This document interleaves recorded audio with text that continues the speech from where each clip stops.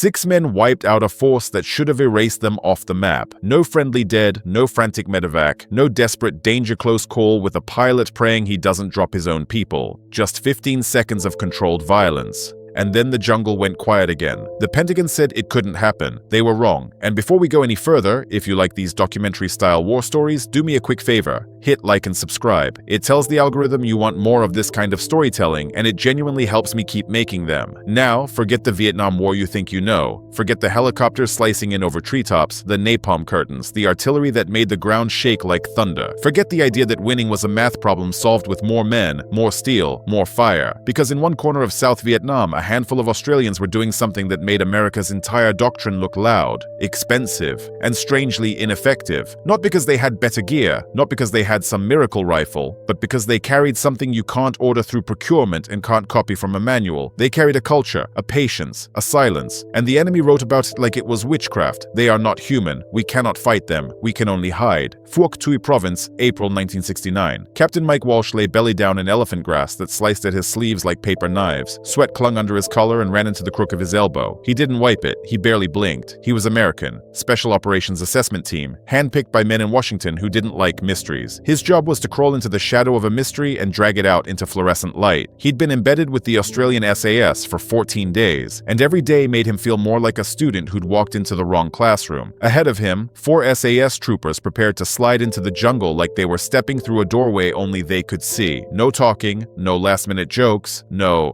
"You got my 6." Just movement so controlled it looked unreal, like film played at half speed. One man adjusted his webbing with 2 fingers, every strap placement exact, as if noise had weight and he refused to carry any extra. Another ran a hand over his rifle the way a pianist checks keys, not to admire it, but to confirm it would answer without hesitation. A third touched the ground briefly, 2 knuckles to soil, then looked up with the calm of someone checking the weather. Walsh strained to read their signals, a thumb pressed against a wrist, 2 taps on a forearm, a hand hovering for a heartbeat in the air, then dropping. To Walsh, it seemed microscopic. To them, it was a full conversation. The lead scout, a weathered corporal from Perth with eyes like sun-bleached glass, glanced back at Walsh and gave the smallest nod possible. Not encouragement, not welcome, more like, "Don't ruin this." Then they were gone. Not moved away, not slipped into cover, gone. 1 second they occupied space. The next, the jungle looked undisturbed, as if the earth itself had decided to swallow them politely. Walsh waited 30 seconds, watching for any sign. A leaf tremble, a branch sway, anything, nothing. Finally, he tried to follow. His second step snapped a dry twig with a crack that seemed to echo through the humid air like a rifle shot. Walsh froze, heart kicking. He felt stupid, loud, clumsy, like a man wearing boots in a cathedral. 300 meters ahead, the Australians were already invisible. They might as well have been myths. That night, back at the forward operating base, Walsh would type a sentence into his classified assessment. One line that would bounce through Pentagon corridors like an insult. "We can purchase their equipment and imitate their procedures, but we cannot acquire what makes them effective because it cannot be bought or borrowed." He didn't yet know the Department of Defense would spend the next 3 years trying to prove him wrong, and failing in ways that cost money, reputations, and quietly lives. The problem with power. When the Australians first arrived in 1966, American leadership greeted them with polite smiles and the tone you use for a cousin who means well. Another Commonwealth contingent, another flag for photographs, another accent to make press conferences sound like the world was united. They deployed roughly 120 SAS operators into a war that was swallowing 500,000 Americans. In planning rooms, the skepticism wasn't even cruel. It was practical. What impact could a handful of men have when the United States could put an entire division into the field and call in aircraft like ordering room service? American doctrine in Vietnam rested on 2 pillars that seemed unshakable: mobility, helicopters as the revolution that made the jungle irrelevant; firepower, the belief that if you can hit hard enough, survival becomes impossible for the enemy. Search and destroy sweeps were built around generating body counts because numbers fit neatly into charts, and charts looked like progress. So when Australians talked about 4- and 5-man patrols walking for weeks without resupply and operating with radio discipline that bordered on obsession, American officers leaned back in their chairs like they were hearing a story from the Boer War. No artillery queued up, airstrikes only in true emergencies, junior NCOs making decisions Americans would reserve for company commanders. It sounded either brave or naive. Most bets leaned toward naive. Then the reports started coming back from Phuoc Tuy. Not heroic, dramatic firefights, not big battalion actions, just cold lines of data that refused to behave. Enemy patrols eliminated with no casualties. Caches found that American units had walked past a dozen times. Movement patterns recorded with detail so precise intelligence analysts suspected someone was embellishing. Then the ratios showed up, 20-1, sometimes higher. Numbers so extreme they triggered automatic credibility reviews, because the system was built to assume that kind of efficiency didn't exist. Washington didn't like what it was seeing because the implications were dangerous. If those numbers were real, then maybe the war wasn't a machine problem. Maybe it was a mindset problem. And mindset is the one thing a superpower can't simply outspend. Hunters, not heroes. And SAS captain once explained it to Walsh in language that felt almost rude in its simplicity. "We aren't looking for a fair fight," the Australian said. "We're looking for a certain fight, one we control." American soldiers, especially the elite, were trained to seek contact, seize initiative, dominate the enemy through action. The Australians spoke as if contact was a failure, something that meant you'd allowed the enemy into your script. They tracked first. They watched longer than felt reasonable. They learned patterns the way a biologist learns animal behavior, then they hit, hard, short, and so close it felt like a magic trick. And when they were done, they weren't withdrawing, they were vanishing.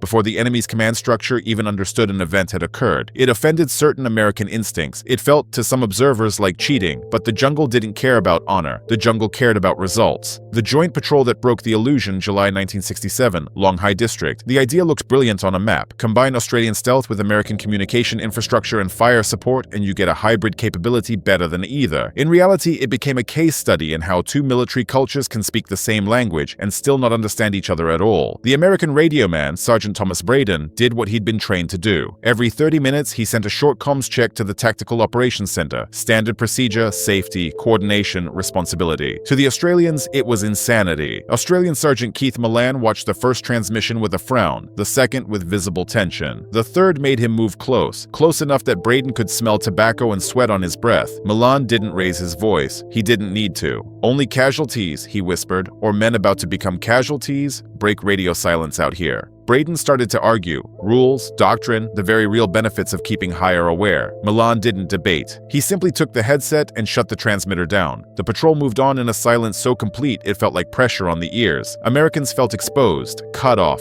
alone. Australians felt the opposite. They felt safer, because the enemy couldn't hear them existing. Exactly 1 hour and 47 minutes after Braden's last transmission, mortar rounds slammed into the grid coordinate Braden had reported, not somewhere near, right on it. 12 rounds walked a neat pattern through the trees like someone painting a rectangle with explosives. The joint patrol had already displaced over a kilometer. No one was hit, but the message was unmistakable. The enemy was listening. The enemy was capable. And every routine American transmission was a flare in the night. Later, one Australian told Braden something Walsh never forgot. "Your regulations were written for wars where you can afford mistakes. Ours were written for wars where a single mistake means no one goes home." That was the moment the Pentagon stopped treating Australian success as an oddity and started treating it as an emergency. What the SAS was really built from, the Australians weren't doing this because they were genetically different or naturally better. They were doing it because their institution had been sculpted for small wars for decades, refined through places that never made headlines in America, but shaped habits that mattered in jungle warfare. Selection that didn't end when training began. An internal culture that punished ego more than weakness. Patrolcraft taught until it became identity, not technique. Tracking skills passed down from Aboriginal guides who could read disturbances and ground that Western eyes literally didn't register as information. Long navigation without technological aids. Field medicine beyond basic first aid. Communication security taken so seriously it felt like superstition, until you watched mortars land on a radio check. By the time an SAS trooper wore his beret, he'd accumulated more real fieldcraft hours than many conventional soldiers would see in an entire enlistment. And then Vietnam gave them a perfect environment to apply it. Phuoc Tuy was dense jungle, tunnel networks, villages that could be friendly at noon and hostile at dusk, and an enemy that survived by staying unseen. The SAS wasn't trying to bring the jungle under control. They were trying to become invisible inside it. The ambush that made Washington swear Operation Marsden, February 1967. The patrol was 5 SAS troopers led by Sergeant Bottle Bortel plus Captain Mike Walsh, attached to observe. For 3 days, Walsh watched a level of discipline that felt punishing even to him, and Walsh wasn't soft. They crossed streams by feeling underwater for stable stones instead of splashing. They moved along game trails that left minimal disturbance. They stayed motionless through rain that soaked everything and insects strokes that seemed to find every seam in fabric. Walsh's muscles cramped. His mind screamed to shift, scratch, adjust. The Australians endured it like it was simply the price of being there. On the fourth morning, Botel found what he'd been hunting, a trail junction where three paths converged into a natural bottleneck. The ground told a story: heavy recent traffic, multiple prints, a few discarded cigarette ends, fresh enough that someone could still smell tobacco if they knew how to look for scent instead of sight. Botel positioned his men with hand signals so exact it felt like choreography. Fields of fire overlapped. Exit routes were covered. The team lay within 20 meters of what they called the killing zone. They waited 13 hours. At 1640, the Viet Cong battalion commander walked into the bottleneck with his staff and security, 40-plus combatants in a tight cluster. By conventional math, 6 men should not survive contact. Botel didn't hesitate. The initiation signal was not a shouted command. It was a squeeze of a hand, passed down the line faster than thought. The first burst cut down the head and the tail of the formation at once, trapping the middle in confusion. Then the Australians poured controlled fire into a box that offered no cover and no clean escape. Grenades followed. Smoke. Noise. For Walsh, time fractured into sharp impressions, faces snapping toward the wrong threat, bodies stumbling into each other, return fire chewing air above them. Then, almost immediately, the withdrawal signal. The Australians stopped firing and vanished. Not ran, not fell back. They melted into jungle so efficiently it felt like a magic act. They displaced kilometers through night terrain, established a cold camp, no fire, no light, and listened to enemy search parties crash through vegetation in the wrong direction. By dawn, they lifted out from a landing zone far from the ambush site. Verified count later. Over 20 enemy down, including key leadership, plus documents outlining operations for the next month. Australian losses, 0. Back at headquarters, an American colonel stared at Walsh like he was accusing him of lying without saying it. "That outcome isn't statistically possible," the colonel said. Walsh held his gaze. "I watched the entire operation," Walsh replied. "It happened." And because Walsh said it happened, Washington had a choice: accept that something existed outside their models, or try to force reality back into the shape of doctrine. They chose the second. The expensive experiment, September 1967, Operation Ainsley, America's attempt to replicate SAS effectiveness. 12 hand-picked US Special Operations teams were trained under Australian guidance. Smaller formations, longer patrols, ambush planning, discipline, equipment standardized, training intensified. The first American patrol lasted 30 hours before requesting emergency extraction. Their report was brutally honest. They moved too fast. They talked too much, even whispering. They made noise in ways they didn't even register until it was too late. Not because they were weak, because their entire professional identity had been built around aggressive purpose and decisive action. The SAS moved like they were part of the jungle's ecosystem. Americans moved like visitors trying to win the terrain. Some US teams improved, some had success, but consistency, the SAS's routine excellence, remained out of reach. The Australians succeeded on most missions. Americans hovered around something far lower, even with identical equipment and similar tactics. One legendary American commander later summarized it with painful clarity. It wasn't courage or talent, it was culture. The SAS had been building itself for decades. America was trying to compress decades into weeks, the cigarettes that broke a unit's nerve. Then intelligence officers found something that revealed the other edge of SAS warfare: psychology. A Viet Cong cache was located, not destroyed, not booby-trapped, not raided. Instead, sitting neatly on top of a rice container was a pack of Australian cigarettes and a handwritten note in Vietnamese. Simple message: "We watched you place these supplies. We could have killed you at any moment. We are waiting for your return." The cache remained untouched. To American doctrine,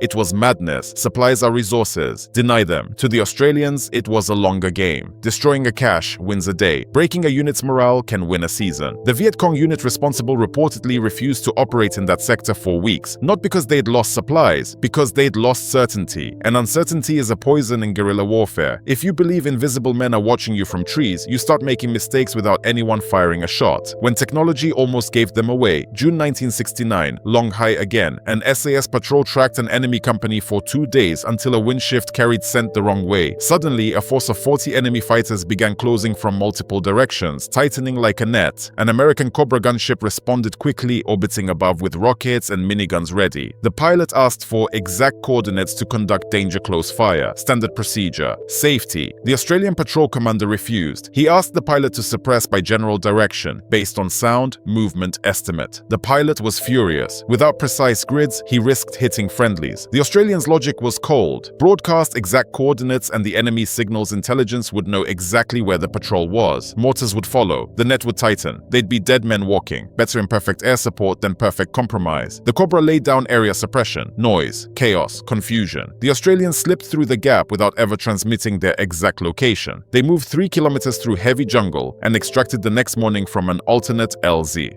0 casualties. Later, the Cobra pilot called them insane in the officers' club and bought them drinks anyway, because even he understood something had happened out there that didn't fit his handbook. The peak, by late 1969 into 1970, the SAS reached something like an operational zenith, not a single miraculous patrol, a pattern of ruthless consistency. A 5-man patrol under Sergeant Keith Payne, who would later earn the Victoria Cross in a different action, tracked a Viet Cong company for 6 days. They mapped campsites, routines, leadership behaviors, and movement timing with precision that made analysts suspicious. On the 7th day, they set an ambush where the enemy habitually stopped to eat midday meals. No escape routes, elevated positions, overlapping fire. When the company arrived, the Australians initiated with a coordinated burst that dropped the core of the formation immediately. The firefight lasted minutes. Verified count afterward, over 40 enemy down. Australian losses 0. To the Pentagon's models, it was impossible. To the Australians, it was the point of the method. Make excellence routine. Walsh returned for another assessment and wrote something that would frustrate every staff officer who wanted a simple answer. What they do is not a technique, it is a way of thinking. The truth that hurt the most: by the end of the war, America had learned from the Australians. Not enough to become them, but enough to steal fragments. Hard routine at dawn and dusk. Smaller patrol signatures, better camouflage discipline, less radio noise, more emphasis on infrastructure and pattern mapping, not just chasing contacts. Some units, SEALs, LRRP teams, the most autonomous elements, absorbed the hunting mindset and improved dramatically. But the core puzzle remained. You cannot bolt a predator's brain onto an army built to operate like a machine, because machines want standardization, predators want freedom. Australian patrols operated with weeks of autonomy. American patrols lived under layers of oversight that demanded check-ins, coordination, and approval. And every time you speak into the radio, you remind the jungle you exist. After the war, a captured Viet Cong political officer's diary surfaced with a line that spread through after-action circles like a chill. They are not recognizably human. We cannot fight them. We can only avoid them. That wasn't literal. It was what fear does to language. Fear turns disciplined men into ghosts. Fear turns silence into a weapon. And in Vietnam, the Australians proved something deeply uncomfortable for a superpower. Technology can be avoided. Firepower can be outweighted. But a patient hunter inside your perimeter, one you can't see and can't predict, changes the entire math of survival. In 1971, the SAS left Vietnam after more than 100 patrols with casualty exchange rates that remained unmatched in sustained form by any Allied unit in that war. America kept trying to replicate the ghosts. It improved, it adapted, it learned. But it never fully became what the SAS already was. Because what the SAS carried wasn't just training, it was institutional memory, a refusal to compromise, a culture built slowly, painfully over decades. And the final lesson, still relevant long after Vietnam, was the one Walsh had written in his first report. You can copy equipment, you can memorize procedures, but if culture and capability collide, culture wins every time. And somewhere in the jungle, long reclaimed by vines and rain, there are places where men once lay motionless for 13 hours, breathing like the forest, waiting for the exact moment violence mattered. The jungle doesn't remember the loudest army, it remembers the quietest, the ones who listened, the ones who moved through green darkness like they belonged there, like ghosts.